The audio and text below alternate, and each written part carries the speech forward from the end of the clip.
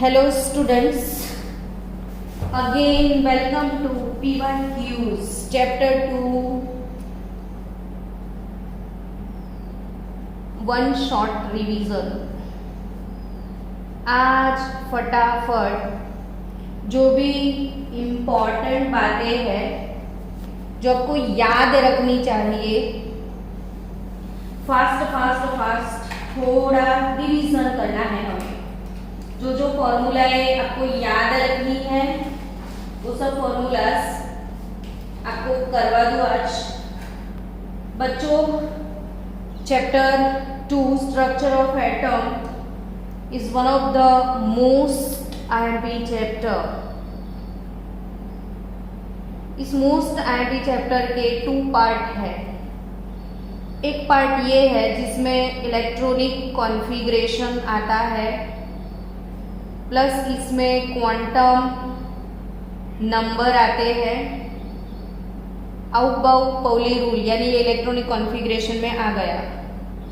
तो electronic configuration और quantum number base कोई एक क्वेश्चन आपको कंपल्सरी मिलेगा। दूसरे जोन में हाइजेनबर्ग, डी ब्रोगली प्रिंसिपल या Rutherford experiment, Bohr postulates, Schrodinger's wave equation, इसके रिलेटेड एक क्वेश्चन होगा। यानी चैप्टर 2 से आपको 2 और 3 क्वेश्चंस आने वाले हैं। सबसे ज़्यादा वेटेज इसी चैप्टर का है। So today one shot revision में जितना हो सकता है उतना मैं आपको बता दूं और फिर बाकी का कल आपको हो जाएगा। सबसे पहले आपको याद रखना है formula total energy of electron in nth orbit. तो nth ऑर्बिट में इलेक्ट्रॉन का एनर्जी के लिए फॉर्मूला है -En-2 pi square z square m e⁴ upon n square h square. थोड़ा fast. Energy of electron calculate करने के लिए फॉर्मूला है और ये वाला formula only applicable for one electron system. ये फॉर्मूला खाली एक इलेक्ट्रॉन जिसमें है यानी हाइड्रोजन और hydrogen like species just like He+1, Li+2, Be+3। Hydrogen like species में हीलियम प्लस Li+2, बेरिलियम+3 और हाइड्रोजन यानी जिसमें खाली एक इलेक्ट्रॉन होते हैं, उसी सिस्टम के लिए ये फॉर्मूला है। माइनस इसलिए है कि सेंटर से पहला ऑर्बिट, दूसरा ऑर्बिट, तीसरा ऑर्बिट, जैसे जैसे आप आगे बढ़ोगे एनर्जी इंक्रीज होता है। फर्स्ट शेल से सेकेंड शेल का एनर्जी ज़्यादा होता है, सेकेंड से थर्ड का ज़्यादा होता है। यानी न्यूक्लियस से आप दूर जाओगे तो एनर्जी लेवल इंक्रीज होता है। ये लो एनर्जी लेवल है, ये हाई एनर्जी लेवल है और सबको छोड़ के इलेक्ट्रॉन बाहर आता है तो इसे फ्री इलेक्ट्रॉन बोलते हैं और फ्री इलेक्ट्रॉन का एनर्जी 0 होता है। फ्री इलेक्ट्रॉन का एनर्जी 0 होता है। अब आप ये फ्री इलेक्ट्रॉन 0 है और 0 से अंदर की तरफ जाओगे तो अंदर की तरफ ऐसे जाओगे तो एनर्जी डिक्रीज होगा। तो 0 से डिक्रीज होता है तो ऑब्वियसली वो नेगेटिव होगा। ये चीज़ें आपको ट्रू फॉल्स टाइप के जो क्वेश्चन होते हैं उसमें आती है, इसलिए मैं रिवाइज करवा रही हूँ। One shot revision energy of electron. Minus इसलिए है कि फ्री इलेक्ट्रॉन बाहर होगा, इलेक्ट्रॉन सिस्टम के बाहर होगा तो उसका एनर्जी लेवल 0 होगा, और जैसे अंदर की तरफ जाएंगे एनर्जी लेवल डिक्रीज होता है, तभी इसके एनर्जी के फॉर्मूला में माइनस है। पाई का वैल्यू है इसमें 3.14। Z ध्यान में रखना एटॉमिक नंबर है।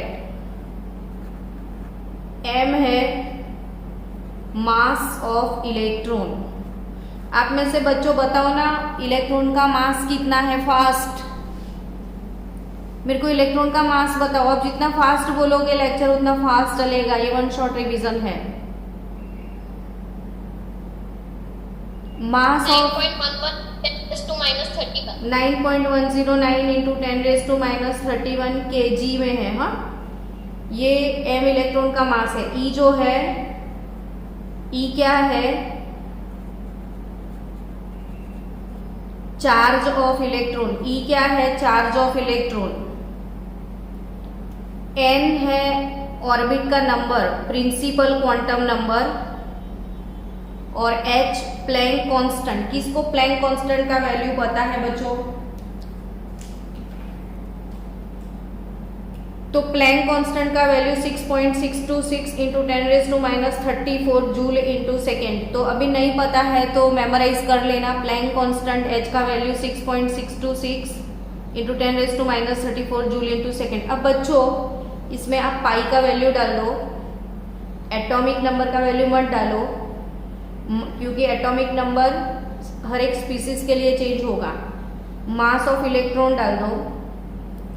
जाबिया आपने क्वेश्चन पूछा था मेरे को, आपका एक डाउट था कि रीडबर्ग कांस्टेंट का वैल्यू, अगर इलेक्ट्रॉन की जगह पे पॉजिट्रॉन ले लिया जाए, इलेक्ट्रॉन की जगह पे पॉजिट्रॉन ले लिया जाए, और पॉजिट्रॉन का मास अगर इलेक्ट्रॉन जितना है तो मास हमें इतना ही लेना है, और चार्ज यहाँ पे होता है इलेक्ट्रॉन का नेगेटिव होता है, लेकिन raised to 4 है तो नेगेटिव नेगेटिव अगेन पॉजिटिव हो जाता है।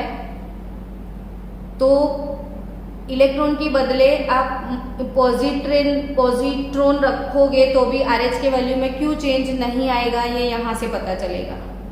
ये energy of electron -2 π² Z² and e⁴/n²s²। इसके लिए स्पेशल वीडियो है, और भी एक ये ऑर्बिट है, ये प्लैंक कांस्टेंट है। सबका वैल्यू जो फिक्स होता है वो वैल्यू अंदर डाल दो, और फिर कैलकुलेशन करोगे आप तो एनर्जी के अंदर सबकी वैल्यू आपने डाल दी, और उसके बाद आपने कैलकुलेशन कर ली तो 2.18 इंटू 10⁻18 जूल इंटू Z²/n²। अभी जो मैंने फॉर्मूला लिखा था उसमें मैंने सबकी वैल्यू डाल दी, खाली Z और N की वैल्यू नहीं डाली, तो मुझे ये फिगर मिला। And this figure is known as Rydberg constant RH। This figure is known as Rydberg constant RH। बच्चों समझ रहे हो? क्या बोलोगे आप इसको? Rydberg constant RH into Z²/n²। तो चलो फटाफट से बाय हार्ट कर लो। Total energy of electronic system RH into Z²/n²। अभी ये वैल्यू ध्यान से समझना। RH का वैल्यू मैंने लिखा है 2.18 इंटू 10⁻18 जूल में लिखा है।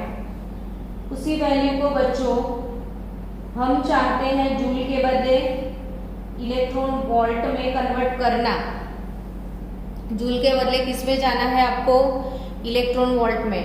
तो 1.6022 into 10⁻19 joule is equal to 1 electron volt होता है।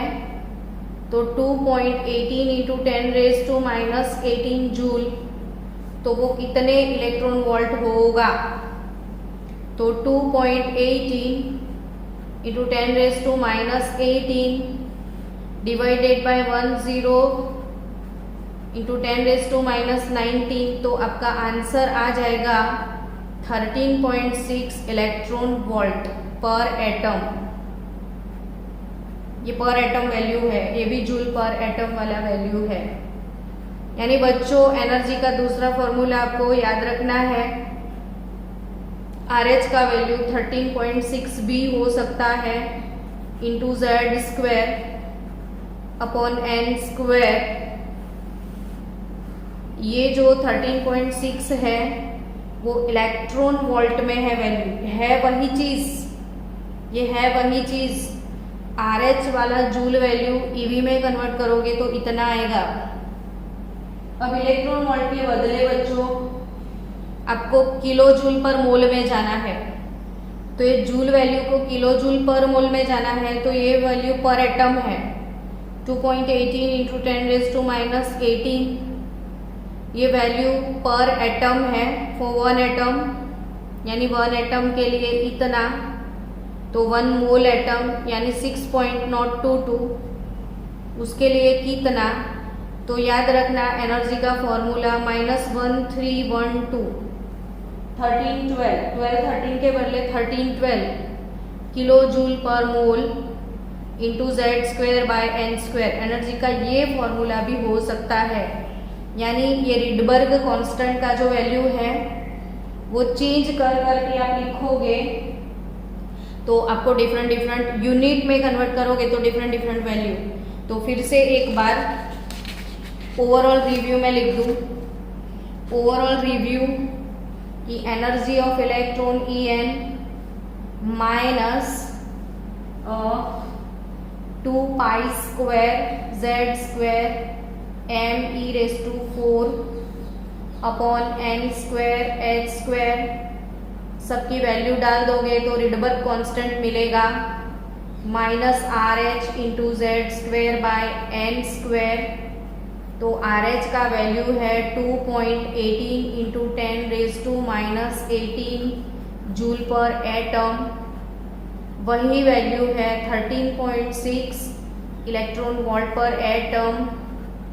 वही वैल्यू है 1312 किलो जूल पर एटम, और वही वैल्यू है 313.5 किलो कैलोरी पर मोल। अच्छा, ये भी पर मोल है। तो बच्चों उसके अलावा रिडबर्ग कांस्टेंट की एक वैल्यू आपने फिजिक्स में पढ़ी होगी। फिजिक्स में रिडबर्ग कांस्टेंट का वैल्यू सेंटीमीटर इनवर्स में था, शायद वेट करना 109678 फिजिक्स में होगा। इसका वैल्यू 109678 सेंटीमीटर इनवर्स। तो ये सारी वैल्यू RH की वैल्यू है। तो डिफरेंट यूनिट में वैल्यू अलग है, लेकिन है ये रिडबर्ग कांस्टेंट। तो अल्टीमेटली एनर्जी का फॉर्मूला आपको याद रखना है। चलो दूसरी बात जो कि आप हमेशा याद रखोगे वो है पोटेंशियल एनर्जी। याद रखना, ये आपके हाथ में नोटबुक में अभी लिख दो, लास्ट मोमेंट पे रिवाइज करके जाना। Potential energy is equal to -2 of kinetic energy, -2 of kinetic energy, and kinetic energy is equal to negative of total energy. यानी अगर एनर्जी का वैल्यू ये है तो काइनेटिक एनर्जी का भी यही वैल्यू होगा, लेकिन ये वैल्यू पॉजिटिव हो जाएगा। तो जितना एनर्जी का वैल्यू है उसका पॉजिटिव वैल्यू काइनेटिक एनर्जी है, काइनेटिक एनर्जी को डबल कर दो तो वो पोटेंशियल एनर्जी हो जाएगा। सो अल्टीमेटली पोटेंशियल एनर्जी तो माइनस के E, तो it is nothing but 2 of E। तो टोटल एनर्जी का डबल यानी पोटेंशियल एनर्जी। चलो अब इसके हिसाब से आपको एक क्वेश्चन सॉल्व करना है। क्वेश्चन लिखना मेरे साथ कि if potential energy, if potential energy of electron for hydrogen atom minus 6.8 electron volt, then calculate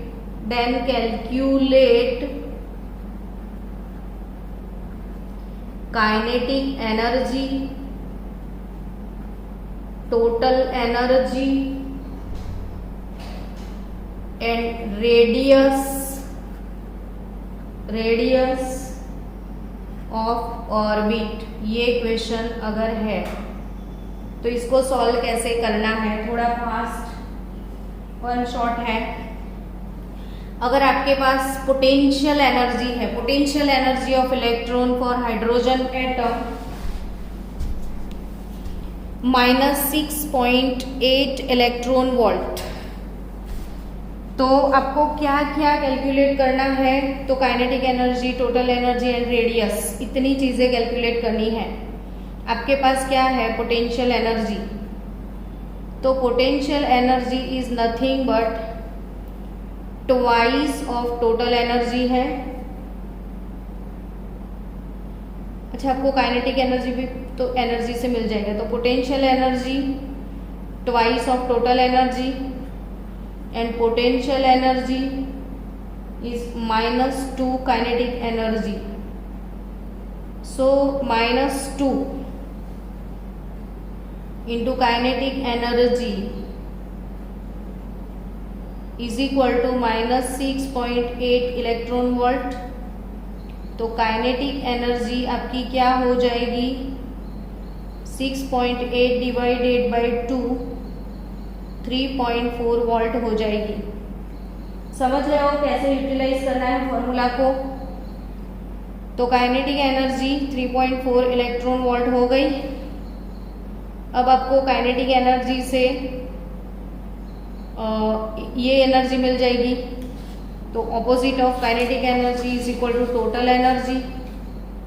तो टोटल एनर्जी यानी माइनस 3.4 इलेक्ट्रॉन वोल्ट है। अब इससे फायदा हो जाएगा आपको, टोटल एनर्जी मिल गई, काइनेटिक एनर्जी मिल गई, आपको रेडियस निकालना है। रेडियस का फॉर्मूला क्या है, रेडियस, चलो आप में से कौन बोलेगा रेडियस कैलकुलेट करने का फॉर्मूला।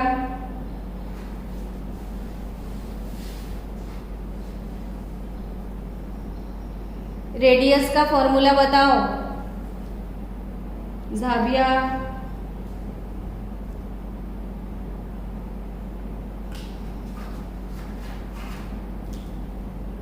बच्चों रेडियस का फॉर्मूला बताओ।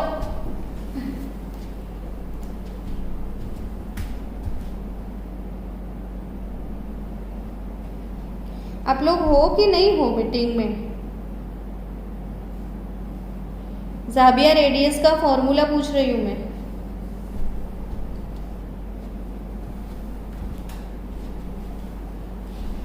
हेलो स्टूडेंट्स,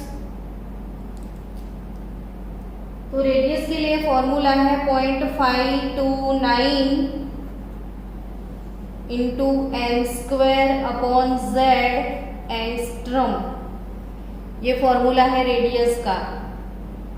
इसमें कहीं कहीं 0.53 भी लिखा होता है, तो 0.53 एंगस्ट्रम, यानी ये फॉर्मूला आपको याद रखना है। Radius A nought into N square by Z, where A nought is nothing but 0.53 angstrom.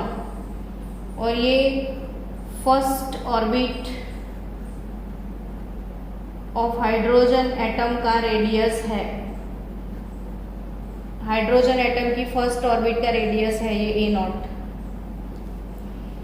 So guys, आपको अगर रेडियस चाहिए तो n का वैल्यू चाहिए, n यानी ऑर्बिट।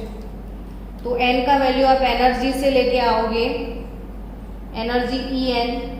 अब यहाँ पे कौन सा फॉर्मूला यूज करोगे, तो इलेक्ट्रॉन वोल्ट दिया है तो आपको 13.6 वाला फॉर्मूला यूज करना पड़ेगा। तो 13.6 इंटू और z²/n², और ये वैल्यू आप लेके आए -3.4।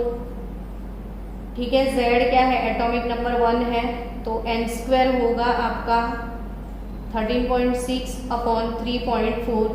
It is nothing but 3 4 12। Common logic use करना कि ये 13 है, ये 3 है, 3 से 4 को मल्टीप्लाई करोगे तो 12 आता है, तो इसका भी पॉइंट है, इसका भी है, तो ऑब्वियसली n4 होगा। डायरेक्ट यूज़ करना ब्रेन कि 3 4 से मल्टीप्लाई करो तो इसके आजू बाजू का नंबर मिलेगा, तो n हमेशा आपका 2।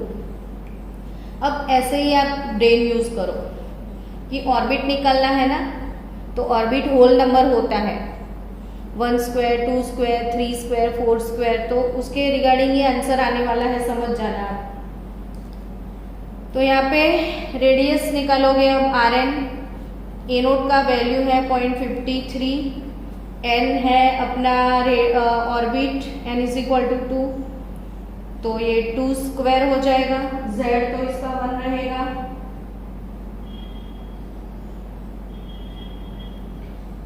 तो आपका आंसर होगा 2.116 एंगस्ट्रॉम। चलो डन। तो आज ये दूसरा फॉर्मूला भी आपने सीख लिया रेडियस वाला।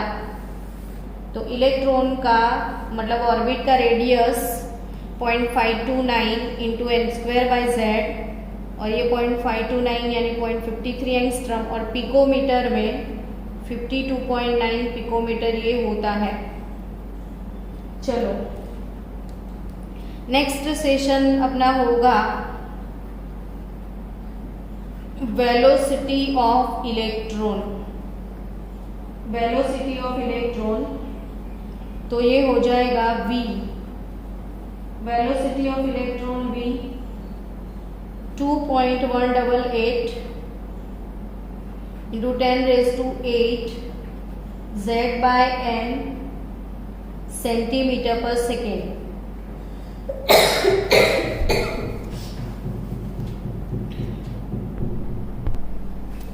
चलो स्टूडेंट्स, फिर से थोड़ा फास्ट चलेगा।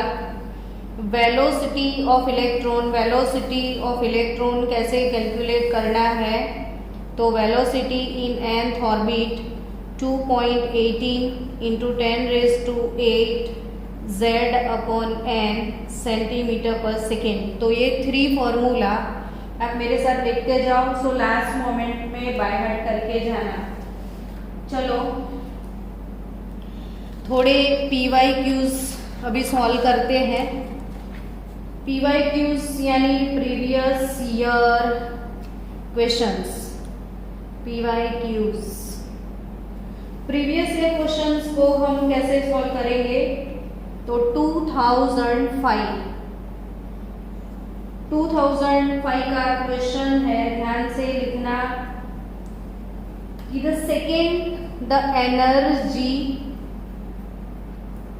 The energy of second Bohr orbit, energy of second Bohr orbit of hydrogen atom is -328 kilo joule पर मोल है। Hence the energy of fourth Bohr orbit would be। अब बच्चों ऐसे क्वेश्चन आने के चांसेस बहुत बहुत बहुत ज्यादा है। Very good question here. The energy of second Bohr orbit of hydrogen atom, तो एनर्जी का फॉर्मूला -RH × z²/n² है। ठीक है, आपको energy of second Bohr orbit दिया है -328 किलो जूल पर मोल। माइनस RH का वैल्यू मत डालना, Z² यानी एटॉमिक नंबर हाइड्रोजन के लिए 1 है, सेकेंड बोर ऑर्बिट है तो वो 2 है। अभी कोई कैलकुलेशन नहीं यूज करने का, डायरेक्ट ही लिखने का RH is equal to 328 into 4, बस इतना ही कर दो काम। अब आपको क्वेश्चन पूछ लिया है कि फोर्थ ऑर्बिट का कितना, तो ये सेकेंड ऑर्बिट का हुआ, तो फोर्थ का E4 लेवल है again minus RH into Z² by N² होगा। तो RH का वैल्यू आप यहां से लेके आए हो, यही वैल्यू RH का आप डाल दो। Z एटॉमिक नंबर आपका 1 है और फोर्थ ऑर्बिट यानी 4 इंटू 4 का स्क्वायर लगेगा। अब समझ में आया यहाँ से कैलकुलेशन क्यों नहीं करना है, तो ये वैसे भी कट हो चुका है। 328 बाय 4 तो 4 8 जा 32 और 82, तो ये नेगेटिव, तो ऑप्शन है इसमें option D minus 82 kilo joule पर मोल इसका आंसर होगा। चलो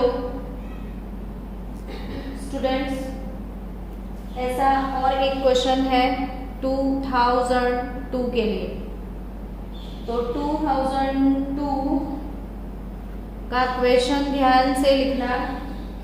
इन hydrogen atom energy of first excited state, energy of first excited state is minus 3.4 electron volt. Then kinetic energy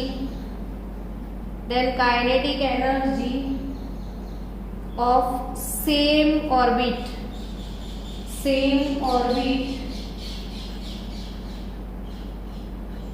of hydrogen atom is, ये question है। कितना प्यारा question है, देखो energy of first excited state. Student, अभी हमने Bohr model बनाया था, ये फर्स्ट ऑर्बिट में हाइड्रोजन का इलेक्ट्रॉन है, तो फर्स्ट ऑर्बिट जो हाइड्रोजन के लिए है वो उसका ग्राउंड स्टेट है।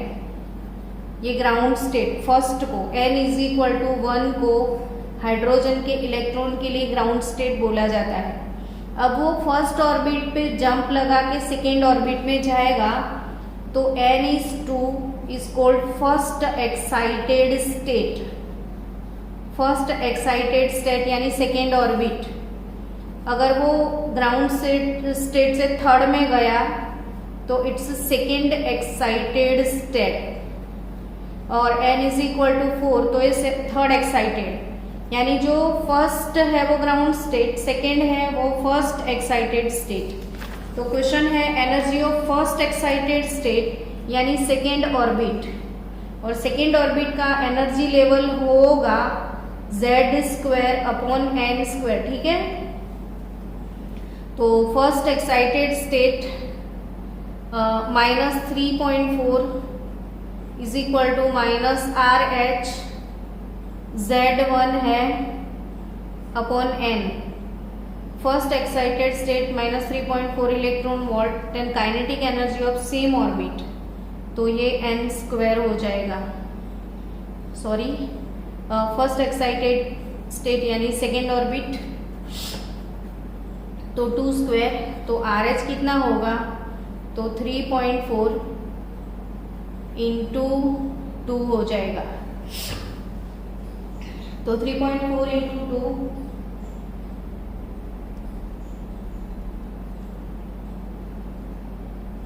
3.4 electron volt. Energy of first excited state यानी सेकेंड ऑर्बिट होगा इसका, सेकेंड ऑर्बिट का माइनस 3। ओके सॉरी बच्चों, मैंने जो गलती करी आपसे वो गलती होने की ही है, कुछ नहीं था, सॉरी, मैंने ध्यान से देखा नहीं। Student energy of first excited state is -3.4 electron volt. Then kinetic energy के बारे में पूछा है तो वही सिखाया था कि kinetic energy is nothing but minus of total energy. So kinetic energy उसका आंसर आएगा +3.4 इलेक्ट्रॉन वोल्ट। कितना क्यूट क्वेश्चन है, देखो अभी मैंने जो फॉर्मूला लिखाया उसके ऊपर है। तो एनर्जी E -3.4 है इसका, तो kinetic energy opposite of that only, यानी आपका आंसर आएगा +3.4 इलेक्ट्रॉन वोल्ट। चलो नेक्स्ट क्वेश्चन है बच्चों। ऐसे बहुत सारे क्वेश्चन आपको मिलेंगे PYQs में, तो जितने भी ऑर्बिट लेवल के क्वेश्चन है उसको पहले सॉल्व किए देते हैं। आज 1995 का क्वेश्चन है स्टूडेंट, 1995 का क्वेश्चन है कि the radius of hydrogen atom in the ground state, the radius of hydrogen atom in ground state,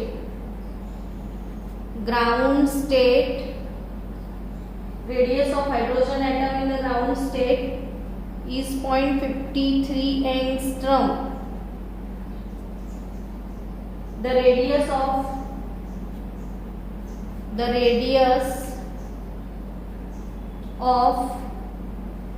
Li+2 ion in a similar state is dash। मस्त क्वेश्चन है ये भी कि द रेडियस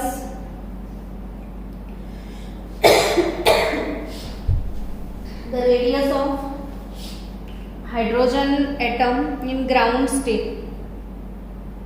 तो radius of hydrogen atom in ground state is nothing but A0 which is 0.53 angstrom है। तो the radius of Li, तो radius का फॉर्मूला है Rn is equal to A0 into n²/z। तो A0 0.53 दिया गया है, n यानी ground the radius of Li+2 and similar state, यानी स्टेट इसका 1 ही रहेगा ग्राउंड स्टेट। और लिथियम के लिए एटॉमिक नंबर Z3 हो जाएगा, तो 0.53/3 लेना पड़ेगा आपको। तो 0.53/3 आंसर क्या आएगा आपका 0.53/3। तो 3 1 3, तो आपका आंसर है 0.17 17 3 51, यानी 0.17 एंगस्ट्रम इज योर आंसर। चलो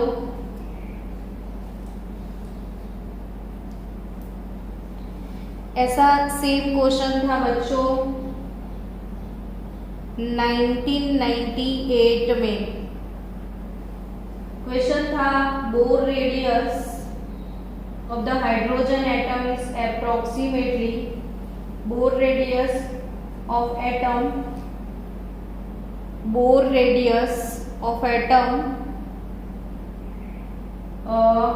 for the n is equal to 1 state is approximately 0.53 angstrom दिया गया था। और क्वेश्चन था the radius for the first excited state, the radius for the first excited state. तो फर्स्ट एक्साइटेड स्टेट यानी second state होगा, तो R2 का रेडियस 0.53 n²/z, तो 0.53 n क्या होगा, तो n2 होगा 4 अपॉन आपका z, हाइड्रोजन का z तो 1 होगा, तो 0.53 यानी 4 3 12 4 5 20, 2.12 एंगस्ट्रम इसका आंसर आएगा 2.12 एंगस्ट्रॉम।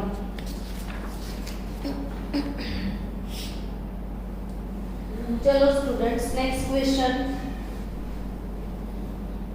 ऐसे अब रेडियस के वेलोसिटी के क्वेश्चंस आप सॉल्व करना, और फिर कोई डाउट हो तो मुझे बोल देना।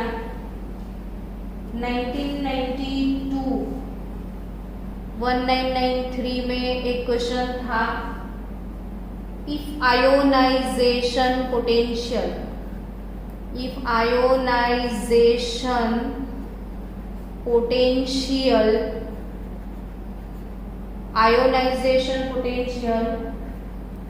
for hydrogen atom is 13.6 volt, 13.6 electron volt, then ionization potential for helium plus will be what? मस्त क्वेश्चन है, सुपर क्वेश्चन। बच्चों ये क्वेश्चन ध्यान में रखना कि द आयोनाइजेशन पोटेंशियल। अब आयोनाइजेशन क्या होता है समझो बात को, कि ये न्यूक्लियस है, ये बहुत सारी ऑर्बिट है, ठीक है। अब इसके ग्राउंड स्टेट में इलेक्ट्रॉन है तो n = 1 में है। अब इलेक्ट्रॉन को रिमूव करना है तो बाहर निकाल दिया, तो बाहर कहाँ चला गया? इनफाइनाइट स्टेट में। तो वो फर्स्ट स्टेट से इनफाइनाइट स्टेट में चला गया, इलेक्ट्रॉन को निकाल दिया, दैट इज आयोनाइजेशन। इलेक्ट्रॉन को निकाल दिया यानी इलेक्ट्रॉन को रिमूव करने के लिए जो एनर्जी दिया जाता है इसे आयोनाइजेशन पोटेंशियल बोलते हैं। तो अब जब कोई इलेक्ट्रॉनिक ट्रांजिशन होता है तो उसे कैलकुलेट करने का फॉर्मूला है RH × Z² into bracket 1/ni² - 1/nf²।